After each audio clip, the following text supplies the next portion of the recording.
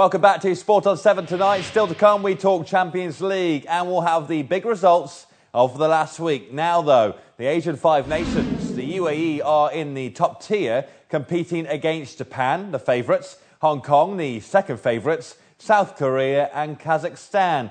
With a huge opening game against Hong Kong, Sport on 7 was there to see how the home team got on. The Asian Five Nations is underway for its fifth year. Comprised of 6 leagues, 28 nations and territories battle it out each year for promotion to the highest tier, the top 5. Those in the top 5 compete to be crowned the champions of Asia. Japan have walked away with the trophy for each of the past 4 years. As the UAE kick off their campaign, their aim is to stay within the top flight. The UAE, now into its second year under the UAE flag, after reforming from the previous Arabian Gulf name, are led by former Wallabies coach Duncan Hall, and he believes staying in the top flight is vitally important for UAE rugby. Is the UAE staying in the top flight of the Five Nations vital to keep the progression of rugby in the country going in that right direction? Oh, I think so. I mean, it's what we want to have. The mandate is to stay in the top. So we have to get at least fourth. Every week we're going to be battling out there for a win and to play well. And everyone's hoping that we're not going to Korea with one of us having to win a match for the end. But each week we'll see how we're going. With Hong Kong and Japan being so dominant, the UAE are focused on matching their third place in last year's Asian Five Nations. They start their 2012 campaign up against Hong Kong, last year's runners-up, and they love playing in Dubai. You enjoy playing in Dubai, don't you? Of course, last year unbeaten on tour here, and now tonight a convincing victory. What is it about Dubai that you love to play here? I think the sun on our backs agrees with the lads from Hong Kong, No, we've seemed to enjoy our time here, and long may it continue. You had a great tour here in December last year, of course. You like playing in Dubai, don't you? We do. It's just great hard track. The weather's good because it's nice and dry as well, and compared to the humidity of Hong Kong. So yeah, it's pretty good. So it was a tough night for the UAE, losing 85-10 at the Sevens. For much of the match, the UAE gave everything they had and made it tough for Hong Kong. But in the end, the quality of the away team shone through. A tough experience for the UAE side, but experience which the team, made of mostly new players, desperately needs.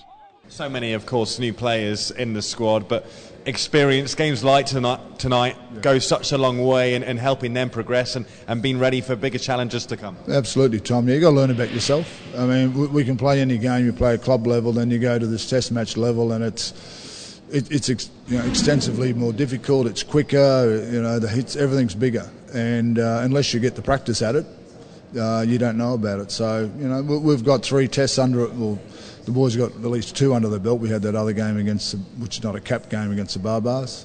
So it's learning. I mean, we're going to make some similar mistakes next week because of pressure and not having the ball, but let's keep going forward. Alistair, that was a tough test to begin the Asian Five Nations this year. How do you feel it went? It was tough. We finished second tonight, but we learned a lot.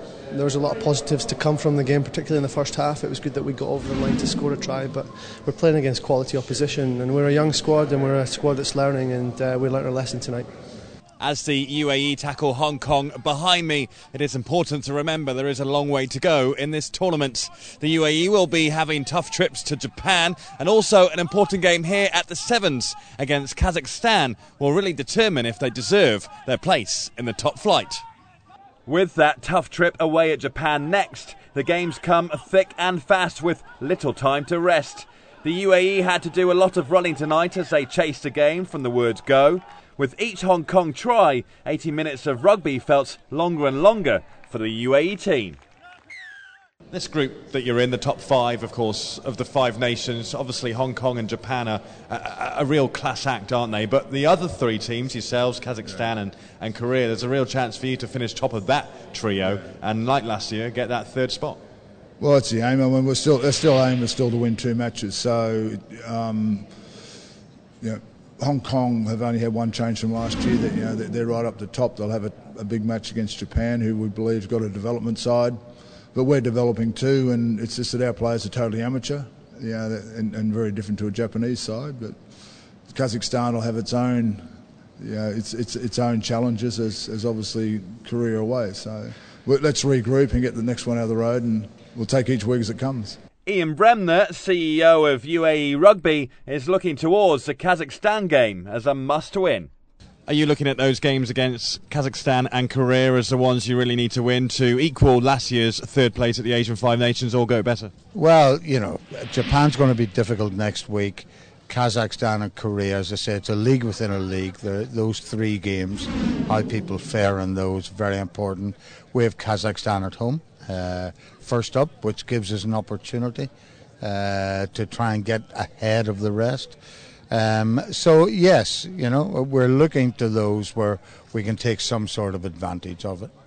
If you don't finish as well as last year in the Asian Five Nations, third you got last year, do you see that as a problem in the development of rugby in the UAE? Not at all. We've got so much going on. Got under 19s, got under 18s, got our women back up running again.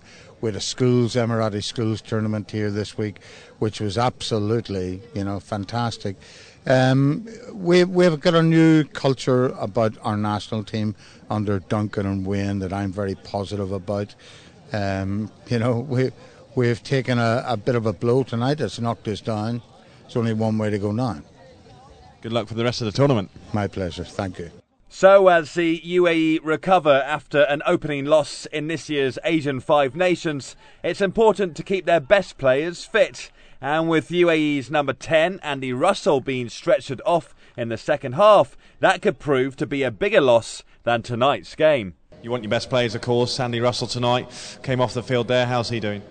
He's gone to hospital for x-rays. It doesn't look too good at the moment. It's a fair lump. The doctor, it may be a fracture. I don't think he'll be playing against Japan. So, and it may be season, not enough time to recover.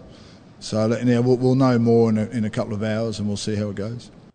The UAE continue their campaign away at Japan next on the 5th of May. Action will be back here at the Sevens on the 11th of May in what will be a huge game against Kazakhstan. The UAE will be hoping that this scoreline is a thing of the past.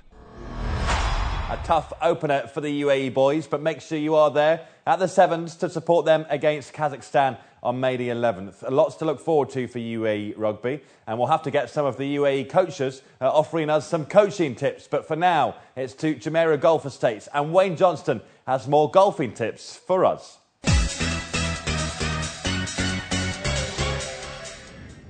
Good afternoon and welcome to the Tour Academy at Jumeirah Golf Estates. My name's Wayne Johnson.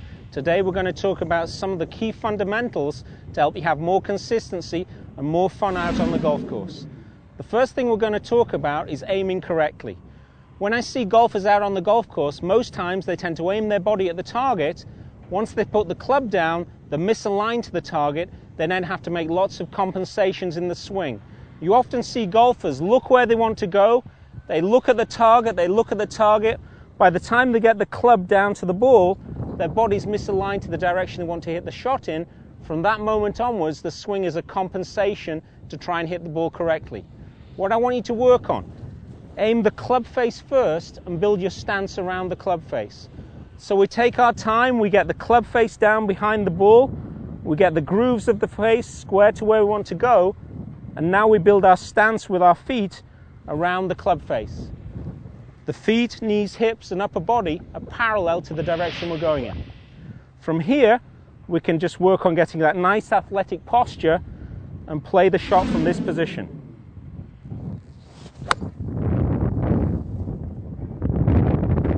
If you work on those fundamentals, you're going to have a lot more fun out on the golf course. Easy.